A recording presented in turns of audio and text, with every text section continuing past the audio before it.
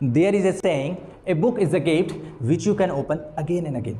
संसार में सबसे खूबसूरत गिफ्ट एक बुक मानी जाती है, क्योंकि एक ऐसा गिफ्ट होता है जिसे आप जितनी बार चाहें उतनी बार ओपन कर सकते हैं। नमस्कार, मैं हूं विकास बिस्ट आईबीसी इन बड़ा बिजनेस। बचपन से लेकर अभी तक आपने बहुत सी किताबें पढ़ी होंगी, कुछ कहानियों की किताबें, तो कुछ चुटकुले की किताबें, कुछ मैथ के फॉर्मूले की किताबें, तो कुछ साइंटिफिक थ्योरी की किताबें। लेकिन आज मैं जिस बुक के बारे में बात करने जा रहा हूँ और उससे मैंने क्या सबक सीखे, वो कोई नॉर्मल बुक नहीं है। वो एक ऐसी बुक है जिससे आपकी फाइनेंशियल अंडरस्टैंडिंग मजबूत हो जाएगी। वो एक ऐसी बुक है जिससे आपकी फाइनेंशियल फ्यूचर इस्टेब्लिश हो जाएगा। वो एक ऐसी बुक है जिससे आपको फाइनेंशियल करियर को एक राह मिल जाएगी। तो दोस्तों, उस बुक का नाम है rich dad and poor dad. आइए जानते हैं कि सबसे पहले कि विश्व प्रसिद्ध लेखक एंड वक्ता यानी कि जिग जिगलर इस बुक के बारे में क्या कहते हैं। जिग जिगलर कहते हैं कि यदि आपको अमीरी की चोटी में पहुंचना है तो आपको ये book rich dad and poor dad जरूर पढ़नी चाहिए। और साथ ही साथ कहते हैं कि यदि आपको बाजार और पैसे की समझ रखनी है जिससे कि आपका आर्थिक भविष्य सुधर सकता है, तो आपको ये बुक जो है ना जरूर पढ़नी चाहिए।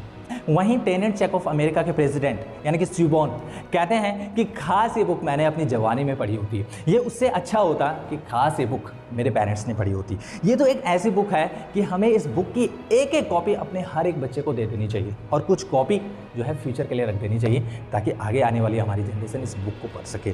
तो दोस्तों, चलिए शुरुआत करते हैं कि इस बुक से मैंने वो कौन से 3 सबक लिए हैं जो मैं आपको बताने जा रहा हूँ और ये सबक आपके लिए भी इंपॉर्टेंट है। तो पहला सबक है कि पैसे की समझ क्यों सिखाई जानी चाहिए।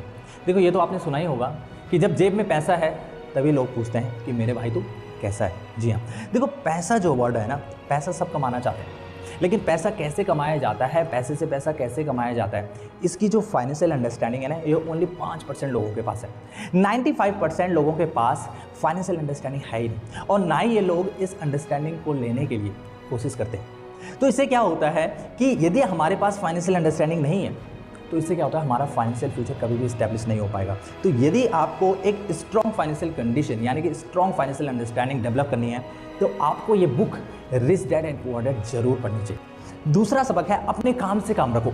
ये फ्रेज हमने कई बार सुना है अपनी लाइफ में, घर में भी कई बार पेरेंट्स कहते हैं हेलो अपने काम से काम रखो। आप यदि जॉब कर रहे हैं तो वहाँ भी आपको कई बार सुनने को मिल जाता होगा कि अपने काम से काम रखो। यदि आप स्कूल में टीचर हैं तो वहाँ भी आपको कई बार सुनने को मिल जाता होगा कि अपने काम से काम रखो। इसका क्या मतलब है, पहले इसको समझिए कि लोगों की ज़िंदगी में पैसे की तंगी क्यों आती है, क्योंकि वो ज़िंदगी भर दूसरों के लिए काम करते हैं। और कई लोग तो ऐसे होते हैं कि ज़िंदगी भर काम करने के बावजूद भी अंत में अपने लिए एक पैसा नहीं बचा पाते। तो दोस्तों, मेरे कहने का मतलब है कि आप जिस जॉब को कर रहे हैं आप जॉब को करिए, लेकिन आपको एक ऐसा पैशन डेवलप करना होगा क्योंकि उसी पैशन के जरिए आप अपनी फाइनेंशियल जो फ्यूचर है, अपना जो फाइनेंशियल करियर है, उसको आप मजबूत बना पाएंगे। तीसरा सबक है कि सीखने के लिए काम करें, पैसे के लिए नहीं। कई लोग बोल रहे होंगे सर सीखने के लिए काम करें पैसे के लिए नहीं, तो क्या भूखे मर जाएं? जी नहीं। देखो, ज़रा सोचिए कि आप अभी जिस फाइनेंशियल कंडीशन में आप अभी हैं या मैं जिस फाइनेंशियल कंडीशन में आज अभी हूँ, इसकी वजह क्या है। देखो, हमें जितना आता है हमारे पास उतना ही आता है, हम जितना सीखते हैं हम उतना ही कमाते हैं। तो कहने का मतलब आपने हमेशा फोकस रखना है लर्निंग में, क्योंकि earning is a by product of learning. Earning is ए, दोबारा बोल रहा हूं मैं, earning is a by product of learning. तो हमेशा सीखने में फोकस रखें, क्योंकि आप जितना ज़्यादा सीखते हैं आप उतना ज़्यादा कमाते हैं। आपको जितना ज़्यादा आएगा आप उतने ज़्यादा कमाएंगे। तो सिंपल सा लॉजिक है, earning is a by product of learning, so you have to focus on the learning not earning. तो दोस्तों, यदि आपको वीडियो अच्छी लगी होगी तो इसे शेयर जरूर करना ताकि ये उन सभी स्टूडेंट तक पहुंच पाए जो अपनी फाइनेंशियल स्टेबिलिटी को बढ़ाना चाहते। तब तक के लिए जय हिंद।